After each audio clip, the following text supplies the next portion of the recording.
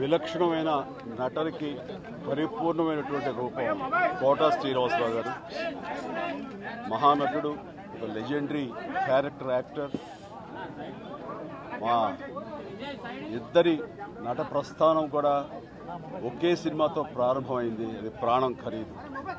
Of course ఇక్కడే నారాయణమూర్తి ఉన్నాడు. నారాయణమూర్తి కూడా ఆ సినిమాతోనే ప్రారంభమైంది అనుకోవచ్చు. సో సుదీర్ఘమైనటువంటి ఈ నట ప్రస్థానంలో మా అనుబంధం వెనవేసుకోవద్దు, అంతా ఇంత కాదు.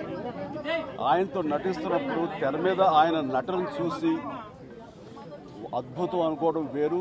వ్యక్తిగతంగా 1-to-1 కూర్చున్నప్పుడు ఆయన చేసే చమత్కారాలు కానీ, చెప్పే జోకులు కానీ అవి ఆద్యంతం చాలా ఉత్సాహపరుస్తుంది. ఆయనతో షూటింగ్ ఉందంటే కనుక ఇలా కోట శ్రీనివాసరావు గారు ఉన్నారు, ఇవాళ చాలా హుషారుగా బాగుంటుందని ఉత్సాహంతో వెళ్ళేవాళ్ళం.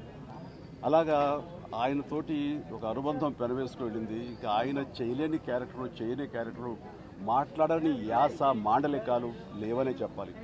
అంతగా పరిపూర్ణమైనటువంటి నటన.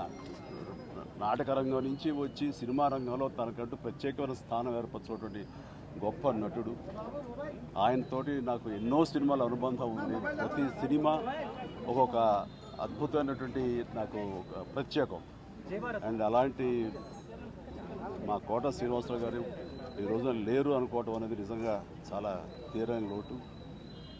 అండ్ ఇది వాళ్ళ కుటుంబానికి, పరిశ్రమకి తీరని లోటు. అలాంటి మహానటుడు, అలాంటి వైవిధ్య పాత్రలు పోషించేటటువంటి విలక్షణమైన నటుడు మళ్ళీ వస్తారని అనుకోవటం లేదు. అలాంటి నటుడు మనకు దొరకరేమో కూడా, ఉండరేమో కూడా.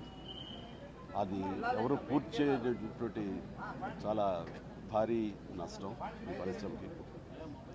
వారి ఆత్మనికి శాంతి చేకూరాలని భగవంతుడు ప్రార్థిస్తూ, వారి కుటుంబ సభ్యులకి, ప్రతి ఒక్కరికి నా ప్రగాఢ సానుభూతిని తెలియజేస్తున్నాను.